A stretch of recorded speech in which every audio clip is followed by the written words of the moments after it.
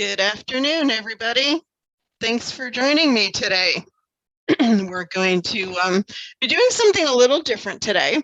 This is not one of my regular webinars. This is something special. This was by several people requested something on this in the survey that I sent out with, looking for topics and ideas. So normally, as you know, I sell the notes for my webinars. Well, today's notes are not for sale because if you in the past have purchased one of my crop sets or border brushes, and I'll show you the list of the 7 products at the end, just shoot me an email and I will send you a set of the notes for free. And from today till next Tuesday, these 7 products are going to be on sale for 50% off. And if you purchase one, you automatically will get the notes with it. The video of this presentation is going to be up on my YouTube channel probably for just about a couple of weeks because it will also become part of the product package going forward. So this is, it's a little bit different, but I know you're all going to still learn a bunch of stuff today. Obviously, you're interested in using these shapes and borders, so hopefully you have some, and you just want to see some of my tips. And if you don't have them, then you should get them because they're going to be half price. So again, I'll show you that list at the end. They're already on sale in the store, so you don't need a code or anything. You'll see the products that are marked sale, and you'll know that those are the ones. So I'm going to go ahead and get started and open my first image. Let's close that. And we're probably going to hold questions mostly till the end today. I will keep an eye on the chat box. And if you do have a question, please do put it in the chat box, not the Q&A. That way it gets recorded with the recording. And I see there is something in the Q&A. And yes, Tatiana, this will be recorded. So if you could just put any other questions into the chat box and mark it to everyone, and then everybody can see it. And we'll go from there. Okay, so I'm going to show you the various products. Crop shapes, we're going to work with border brushes and border PNGs, and I'm going to show you the difference between the two because most of the packages include several versions of these products. So I'm going to open up, I have a couple screens open here. I'm going to show you first, I'm going to drag over my other screen here. This is my Grunge border set. So that's one we're going to be using today. And then this one is my latest, this Crop Shapes 3. And we're going to start with this one today. Normally with the crop shapes, and I'm going to show you what those are and how they work in a second. Normally you just get the PNG of the shapes, which has a transparent background with this black shape. And then you get the border version, which are also PNG. So it's the same border, but you'll see it's dark on the edge and transparent in the middle. And then you get the brushes. In this set, I also included the JPEG versions of these, which would work a little bit differently. And I don't normally include those, but I thought, well, that's how I create them in the first place. So why not? Because it's already in there. So I'm going to show you how all of those work as we go along today. So I'm going to move these back over here. And we're going to start with, let's see. Okay, so the first thing we do, as usual, is I'm going to duplicate my background layer. Obviously, this is an image that I've already processed and done all my work to.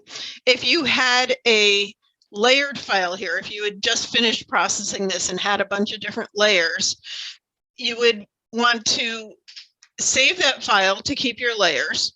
And then you could either flatten it or if you've watched any of my webinars, you've seen me create a merged layer. And what that does is take all of the layers you have and create a merged layer without flattening the project. And the way you do a merged layer is Control, Alt, Shift, and the letter E. On a PC, that would be Command, Option, Shift, E. And that would create a merge layer. And I'll try and do that as we go along here so you can actually see it happen. I don't really have enough layers for it to make sense right now. Excuse me. Okay, so what I'm going to do is open up the shape that I want to use on this layer. So because I have my two screens, I usually drag them in from the other screen. So I'm going to open this up and I'm going to scoot it over here so you can see how I'm dragging things. So I'm going to use for this one, let's see, which one am I using? I'm going to use number, let's try this one, number 2. So I say I want to use this, actually I think I use this one, number 4. So I'm going to grab this one, and because I have it in front of my other image, I'm going to just click hold with my move tool, and I'm going to drag it over top, and it's going to automatically make a layer. Now my shape was a horizontal, my picture is a vertical, so I'm going to rotate this, and because I'm still on my move tool, the way I usually do it is put the cursor outside the corner till you get that curved arrow, click, hold, and just rotate. And then I'll move it up top, and I'm going to stretch it to cover my image, and we'll say okay. Now we can always tweak this shape more, and I'm going to show you that in a few seconds. So the way that we get what we want is our photo to take on the shape of our shape. So the way we're going to do that is we need the shape to be underneath the photo layer. So anytime you're dragging a layer, you always want to click in the blank area. You don't want to click on the name or on the thumbnail. Click in a blank area of the layer, click, hold, and just drag it down till you get that double line and let go. And by the way, all of these things also work in Elements as well as Photoshop. You can use them in Luminar. It would be a slightly different process, but you can utilize them there with the texture feature. Okay, so now that we have our picture, our shape, I'm going to turn off this background layer so that we can see the shape, the picture take on this shape.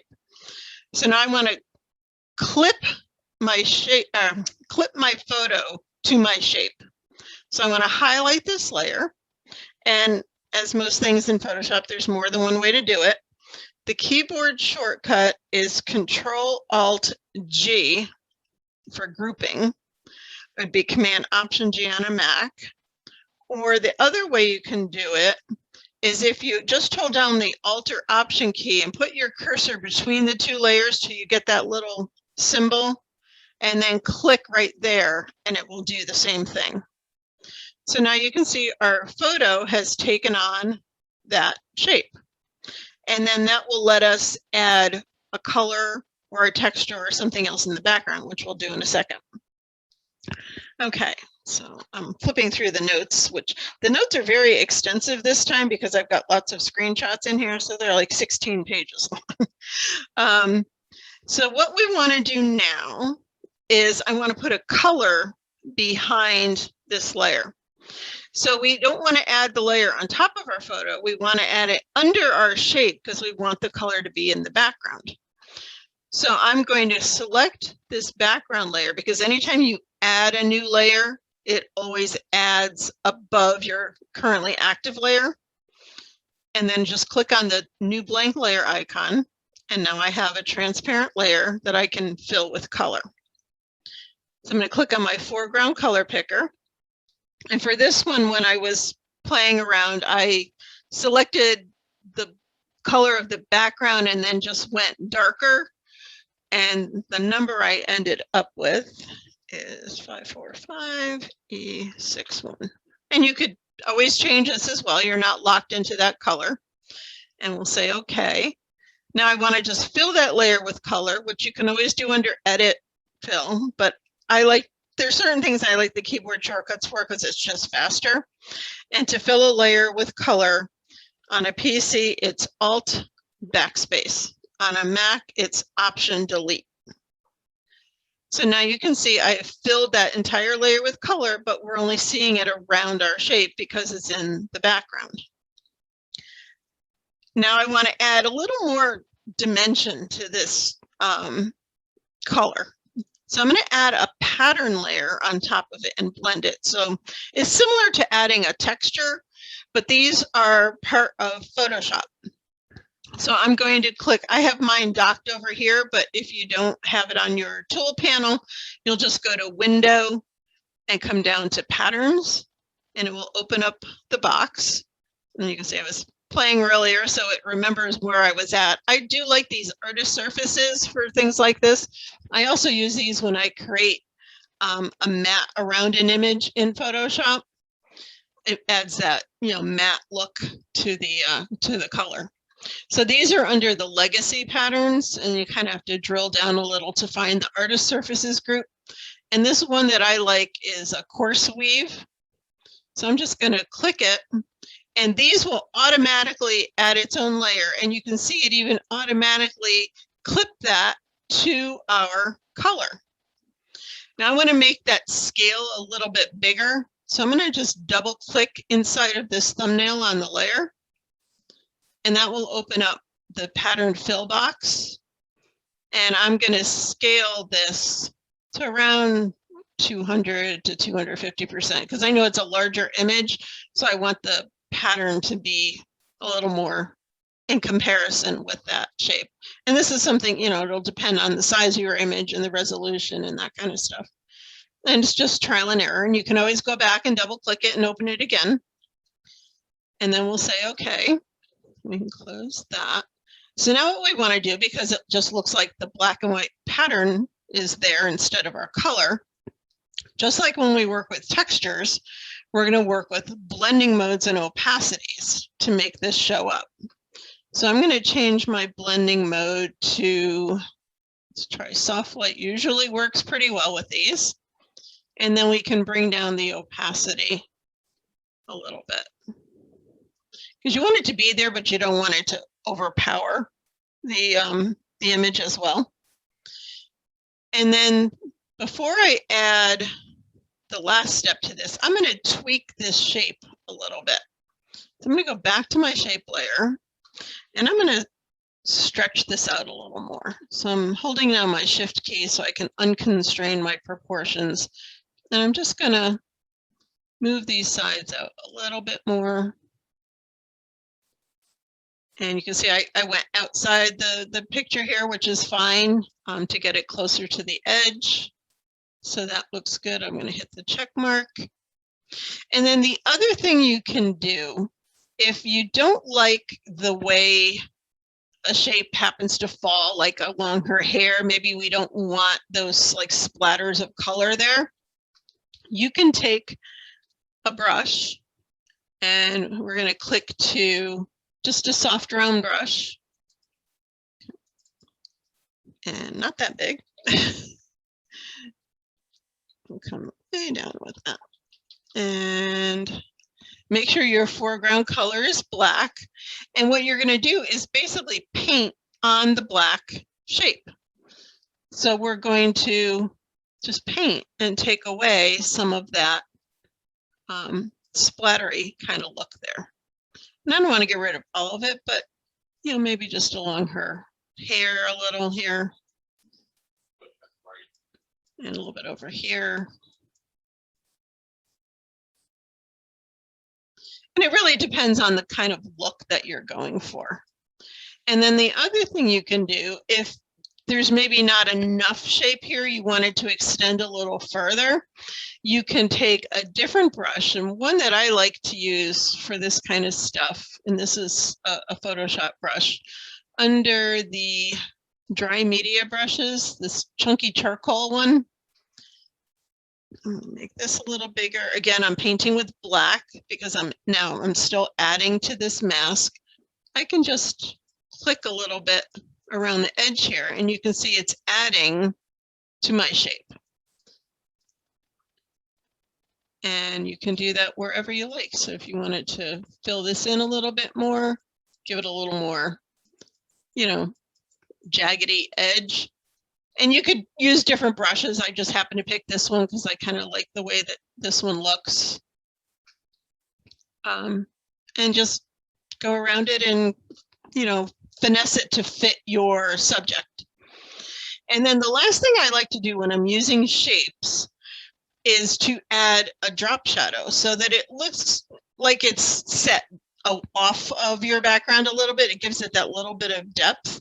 And I also like to do this with type. And I've decided that my next regular webinar, which is in 2 weeks on the, or 3 weeks on the 31st, is going to be working with layer styles and type. So we're going to get a little more in depth to some of what I'm showing you right now. So the way we add a drop shadow is with a layer style. And the way we open up that box is over here again in the blank area of this layer. I'm going to just double click and it's going to open up my layer styles. And there's a bunch of different things we can do here. For this one, I'm just going to do a drop shadow.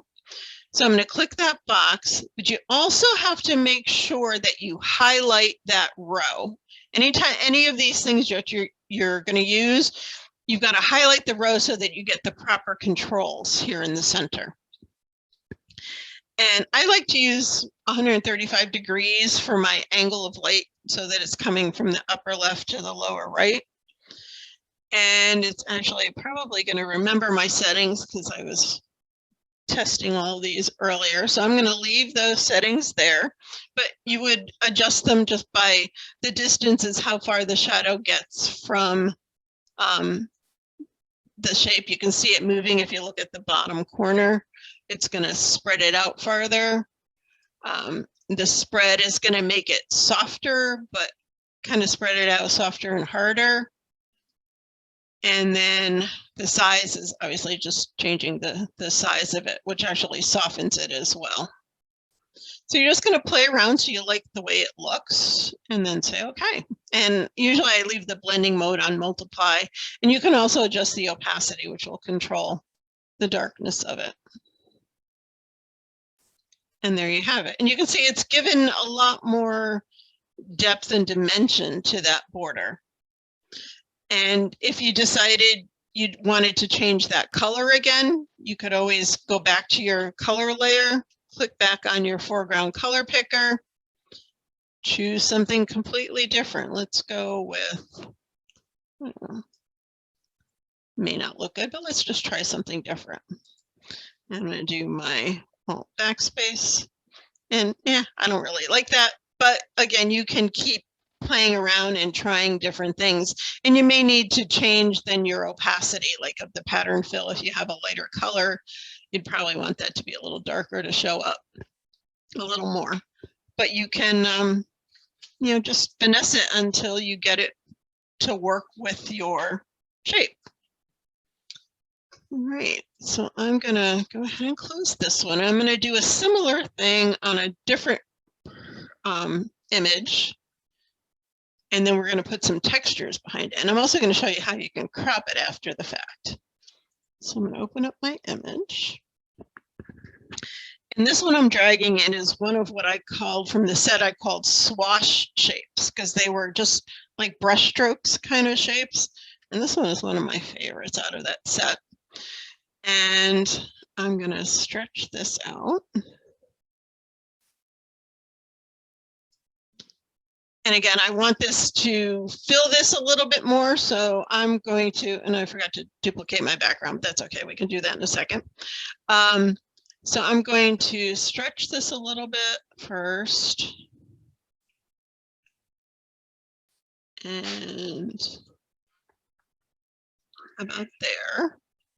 And then the other thing you can do to change the shape a little is if you go to Edit, Transform, and you can either skew it or distort it. And what the distort does is let you drag each corner individually so you can, you know, get it to fill the shape and your layer exactly the way you want it. So you're not limited to the actual shapes themselves. You can always play around with these a little bit. And we'll go with that. So I'm going to duplicate this now with Control J and drag that on top. We'll hide that one. And then, and if somebody just asked, if you don't have two screens, how do you pull the shapes in? I will show you that in 1 second. So I'm going to clip this to my shape. Again, I like the Control-Alt-G. So you can see now that has taken on this shape. So like we did before, I'm going to grab my brush. I'm going to go back to I'm going to use a hard brown brush this time. And I want to fill in between a couple of these brush strokes. I like the effect, but I don't really like it cutting right into my image. So I'm going to just, whoops, not there. Go to the shape layer, make sure I'm on black, and I'm just going to fill in here. And I'm just going to kind of blend this edge so it looks more like the brush strokes instead of just going straight across. Again, you can fine tune all of these. And somebody said, will liquify work? Sure, you could nudge it around with liquify. I don't see why not. I haven't tried that, but yeah, I mean, you're working with a shape that can be modified any way you want. So yeah, I would definitely give that a try. And this is a little trick. Some of you may have seen me do this before. If you want to draw a straight line with either a hard or a round brush or pen tool or anything like that, if I click, say I want to angle this line, but I want to be straight. If I click at the beginning of my line and then hold down the Shift key and click at the end of my line, it joins those 2 points in a straight line. So I could do the same thing there. So it makes it much easier to draw a straight line when you want one. All right, so I'm going to leave those two like that. So we're going to go with that for now. Turn my page here. All right, so now this one I'm going to add, instead of a solid color layer, I'm going to bring in some textures in the background. And too, in case you're wondering, the reason I turn off this background layer is if I leave it turned on, it looks like nothing happened when you clip the layers because you're still seeing the edges from this original photo. So that's why we turn that one off. So hang on, Diane, I'll get to your question in just a few minutes. So I'm going to bring in a couple textures. So the way you would bring something in if you don't have a second screen to drag it from, just like you would normally open your image, you would go to File, Open, and let's go to my webinars. And we're in here. So I'm going to open up. You would do the same thing if it's a shape. I'm going to do it with a texture. So I'm going to open this peachy colored texture. So when you open something like this, you have two separate files, right? You have your original and the texture or shape that you just brought in. So you're going to grab that move tool, click on the name of this file. I'm going to click, hold, and pull down. And when I let go, I'll see them side by side. And then click in the middle of either the shape or the texture, and click, hold, and drag your cursor on top. And then you can close that file. And well, I was in the wrong place, so I'm going to drag this actually to the bottom because I want that behind here. And then you would just resize it the same way. So it's just an extra click or two to do it that way. When I drag it, it sizes it, at least in one direction, the narrowest direction. It will size it automatically for me, so it saves a little time. So now I've got this texture in the background, and I was looking for something that was kind of a soft red. I'm trying to almost match the wagon on this image. So I'm going to bring in a different texture on top of that. I'm going to try and blend a red one with this. So I'm going to bring in a dark red. Maybe. Oh, I forgot to hit the check mark on resizing this one, and that's why it's not letting me bring in my other one. There we go. So I'm going to bring in another one. And you can see it's under the shape, which is where we want it. And I'm going to drag this out. So first I tried the peach on top of the red and changing the blending modes and opacities here. So we'll try a couple things. Usually Leighton gives it a kind of a nice color. Screen does as well. That's pretty close, but it wasn't quite what I was looking for. So then I decided to try, actually I had tried the red on top first, which I didn't like. So then I brought the peach on top like this, and I liked it, but I want to bring this red color down a little bit. So if I lowered the opacity of this layer right now, it's going to become partly transparent. Let me just turn on that layer. If we just lowered this opacity, because there's nothing behind it, it becomes transparent. So what I do, we're going to add a blank layer under that, and we're going to fill it with white. So now if I lower the opacity of my red, it just becomes lighter, not transparent.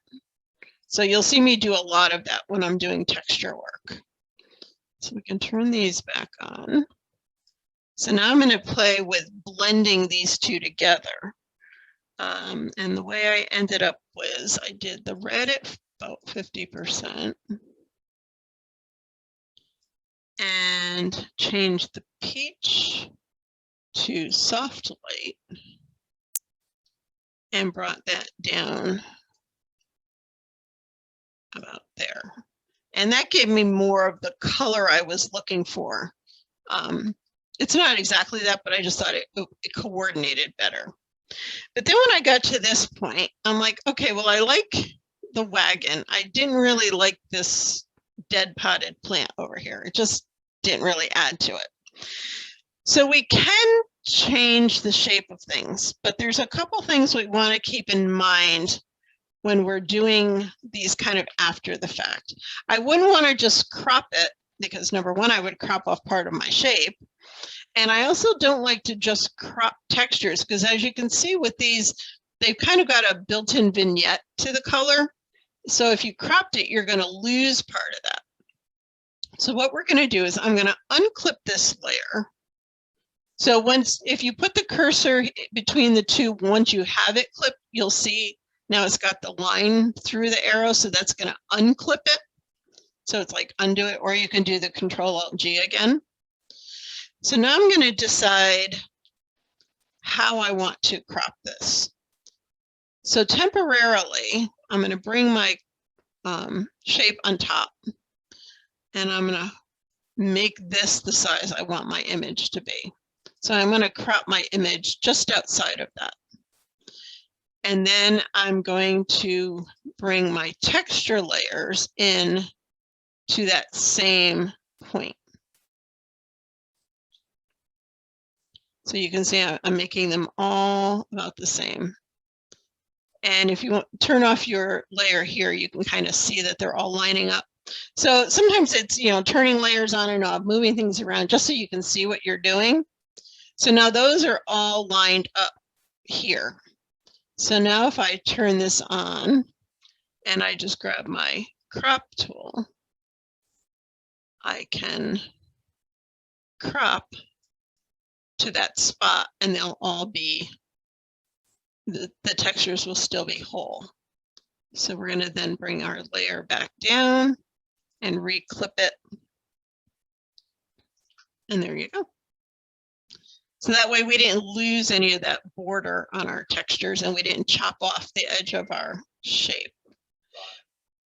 So let's check questions. When changing the color of the texture layer, couldn't you just add an adjustment layer clip to the texture layer? Yes, if I wanted to just actually change the color of a texture itself, you could always add like a hue and saturation layer. And if I only wanted it to affect one layer, then you would do the same thing and clip it together. So I do that a lot if I want to train. Sometimes I want a texture on an image, but I don't want any color. I just want the texture. So I'll change a texture layer to a black and white. So you could totally desaturate it. And that would only give it the texture and not color. So that, yes, you could definitely always do, and you could choose to do that to both layers or just one layer, however you wanted to do that. So that's a good question. Why not file place embedded? You can do it that way, Valerie. I just got in the habit of doing it this way when I started working with textures, but as with most things in Photoshop, you can definitely do a file place rather than dragging it in. That would also be another way to do it. Absolutely. That works just as well. And some people like to work with smart objects. You can definitely do, create smart objects out of the layers. I don't use smart objects as often as I probably should, but what I do works for me. So like we know, and everything in Photoshop, there's multiple ways of doing it. So yes, all of those methods would also work. Alrighty, so let's close this guy. So I'm going to take this next image and I'm going to show you how the border brushes work, the JPEG versions of it. I'm going to show you 5 different things, 5 different ways you can use these products on this same image. And then at the end, I'm going to show you the page out of the notes that shows you all 5 of them kind of side by side so you can see the differences. So some people have asked me, well, how do you know which one you want to use when? I'm going to show you a couple, as we go, a couple of reasons I may pick like the brush over the JPEG version because they give you a different amount of texture. So we'll talk about that as we go as well.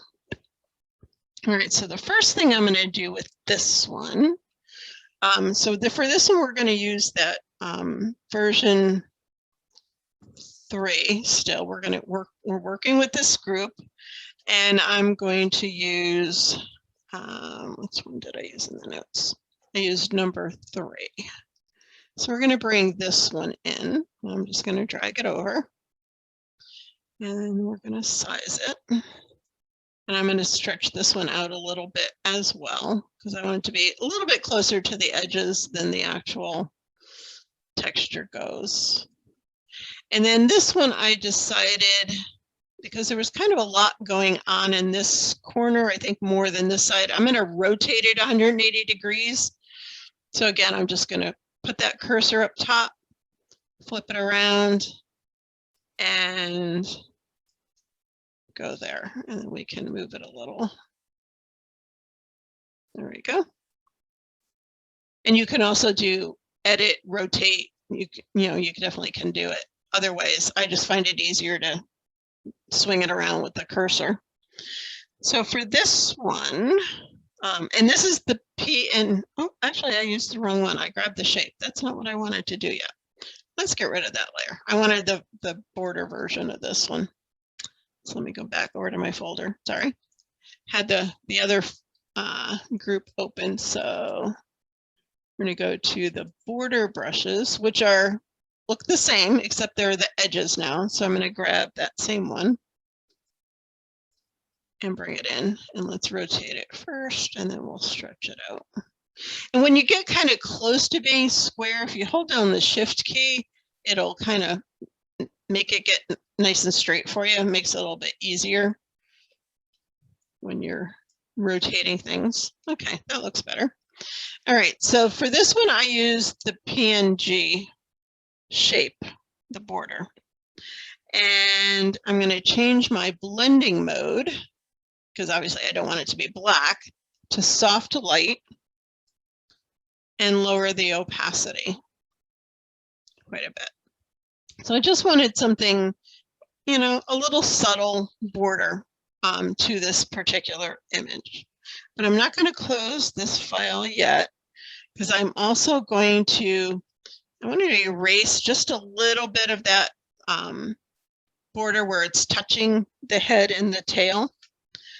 So I'm going to grab, and again, you can use a layer mask as well, which I typically do, but sometimes I cheat a little, and I'll just grab the eraser tool, and I'm just going to make sure I'm on there. It's 100%. I'm just going to erase just a little. I know I'm not doing a lot, so I didn't do a layer mask. And just to keep it away from the tail and the head. Alrighty, so next I'm going to show you another way to use this border. So we used it as black and changed the blending mode to soft light. Let's go back to normal and 100%. And instead of just changing the blending mode, you can also change the color. So I'm going to click on my foreground color picker.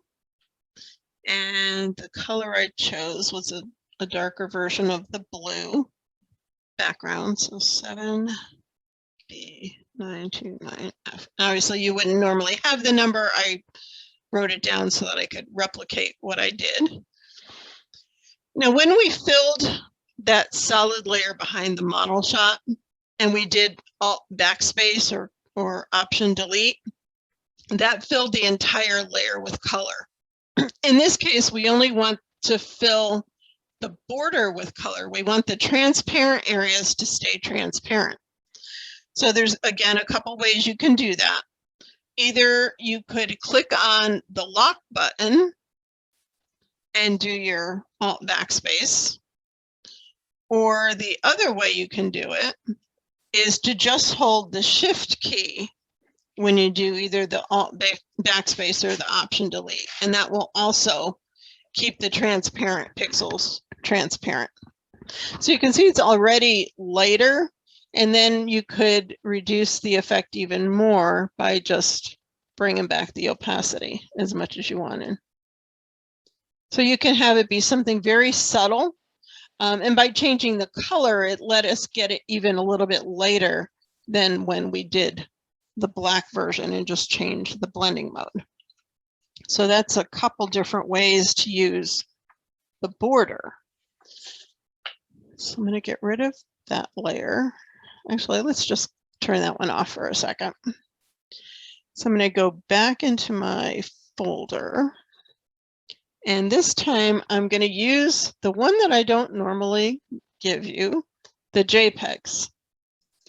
And I'm going to choose a different border. I'm going to use this one.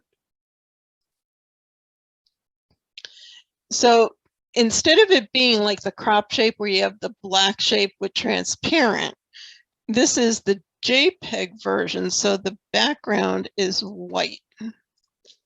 So the way you would use one like this is only if you wanted a lighter kind of a border, because you can't change the color on this like we could with the one that has the transparency.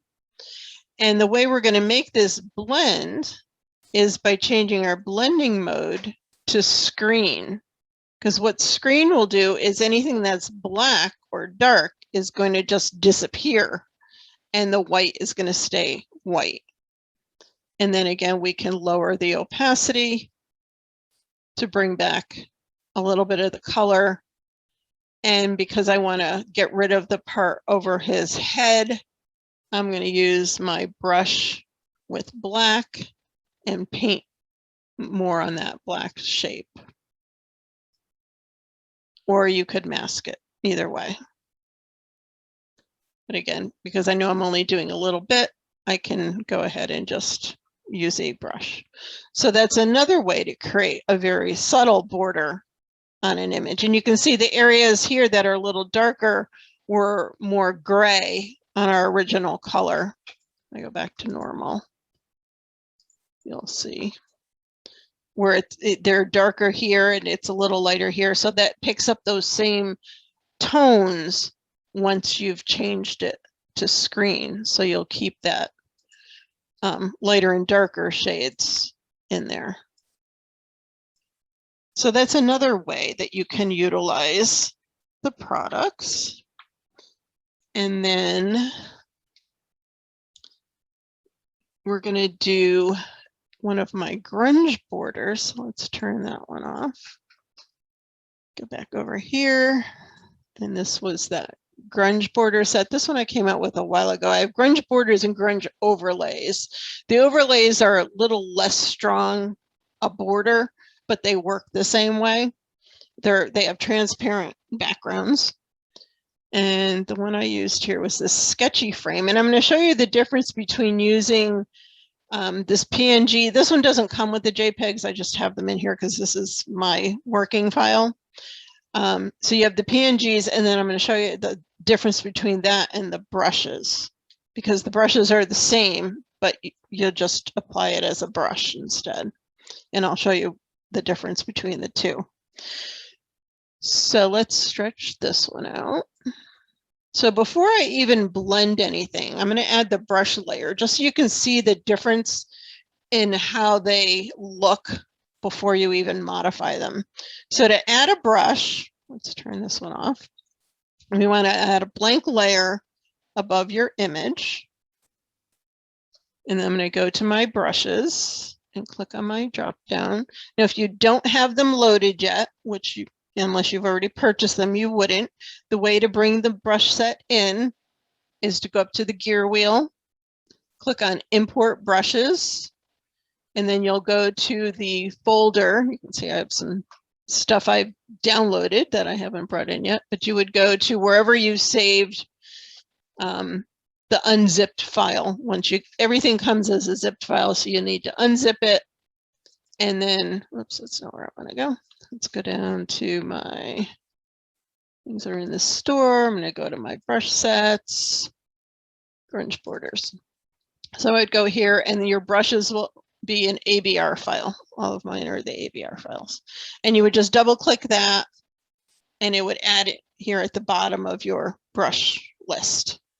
So I'm going to apply that same sketchy frame. I want to click this to get my brush. I'm going to have my foreground be black for now. And we want the brush size to be as big as we can without it being bigger than our image. So that's pretty close enough. So what we want to do is line it up with one corner, make sure your brush opacity and flow are at 100%. And because we're on a separate layer, we want to just click once. And then you're going to do Control T or click on your move tool and get the handles. And because it's a separate layer, you can stretch it out to cover your image. So now you can see the difference between, that's the brush version, that's the PNG version. So you can see there's a little more white in here. So those are going to drop out with most of the blending modes when we, darken it. And that's just a matter of how they're created from when I created the original file, which is the JPEG version. Then I create a brush, or I deleted the center to create the PNG version. But this one will be less texture than when we use this version, the brush version. So that will be the difference there. So let's go back to our first one. And I'm going to change this blending mode to soft light. And again, you can always play with the opacity a little bit if you want to. And you can see that it's a very subtle edge. But I like the way that looks. But I didn't want the texture on my bird. So this is when I will add a layer mask. And now I'm going to grab my brush and go back to my round brush. And it's going to be giant because we made our other brush giant. So let's bring this way back down. And I want my foreground to be black, paint my mask, and then I'm just going to paint with black and get rid of that texture on the bird itself. You can see here where I've painted. And then I want to take a little bit of the texture off the wire, but not all of it. So I'm going to make my brush smaller, and I'm going to make the opacity of the brush somewhere around 50%. I usually just click in the middle. It doesn't have to be exact. And just take a little bit of that texture off of there as well. You could take it all off if you choose. I just thought it looked better with a little less of the look. And I left it closer to the edges and just took it off part of it like that. So you can see here, you know, where I've painted it. All right, so now we can switch over to this version. And this is a cool thing. If you're ever creating something where you've got multiple layers and you want to use the same mask on a different layer, you can copy this mask without having to repaint it, especially if it's something very intricate. All you gotta do is make sure your mask is selected, hold down the Alt or Option key, click in the mask and drag it to the other layer. And it's now masked that layer, even though that layer is not turned on. You can see it's masked that texture off there. This one I may need to do a little bit more because I didn't get as close to the edges on the other because that was more subtle. So let's highlight this layer. And for this one, we're going to change our color to, get through my notes here. Let's change it. We're going to leave it at that and just change it to soft light and then bring down that opacity. But you can see the difference in how much texture you get from that one to that one. There's a lot less in this version. And that was the PNG one. This is the brush version. So you get a lot more texture in the brush. And if you need to modify your mask, go back to your brush tool and you can paint some more. And you don't really see it too much around the edges, but you can finesse that. So those are all of the different ways. And let me open up, I have it ready to go. This is the last page of the notes, and you can see on this bird, this was the border, the PNG, so it was transparent in the middle with the border. And that was when we used the black, and then when we changed the color. And then this was the JPEG version, so it gave us a lighter border. And then the border PNG and the border brush. So they just, and you know, all of it depends on blending modes and whatever, but you can see that you can create different looks by using the different tools and, you know, just changing blending modes and opacities or colors or things like that. So there's a lot of different ways you can go. Okay, let's see. I think I answered that. Karen, I like the JPEG effect better on the bird. Yes, I did too. I answered Don's question. Let me go back to Diane, who came in as I was finishing my intro. So these notes are not available for purchase. They are available. They'll come with any new purchases of these 7 sets. And let me bring up the slide with those on it. So these 7 sets, my 3 crop shapes, the swash shapes, the border brushes, grunge borders, and grunge overlays are all on sale in the store at 50% off. You don't need any code. They're already on a sale price. And that's just for 1 week until next Tuesday at midnight. And the notes will come with these products. If you previously purchased one of these products, just shoot me an email and I will send you the notes at no charge. In the future, they'll be automatically included as they are now with any purchase. I may break them up so that you're not getting instructions for something that aren't part of a set. Right now, it's got the full notes included with it.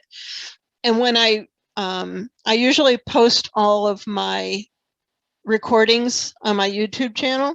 This one's going to be up on the YouTube channel, be up by the morning, only probably for a couple of weeks. And then again, this will also, you'll get the link with any future purchases because it applies to just certain products. So I'm not going to keep this one up there permanently because this was just a special webinar, not one of my usual monthly ones. And as I mentioned, the monthly one is going to be on August 31st, and we're going to deep dive into working with layer styles and adding type to your image and how I modify type. And I've done this a little bit here and there in some of the other webinars last year, but people were asking for that. That was a popular subject in the survey that I did. If you ever think of something that you really would like to see me do, even if I haven't sent out a survey, you always feel free to email me. I always love hearing from everybody, and I will try and cover as many things as I can. So any other final questions? It's not quite an hour tonight, but I didn't think it would be. I just wanted to touch on all of these products and show you the various ways you can use them and how crop shapes actually work. I think they're really cool if you, have like a series of images too that you want to frame and hang up. You can do a neat shape and kind of tie things together that way, by changing that background, either a color or texture, a pattern, anything like that. Somebody said, can you use the crop shape as a border by inverting the image? It actually doesn't work when you invert it. I've tried.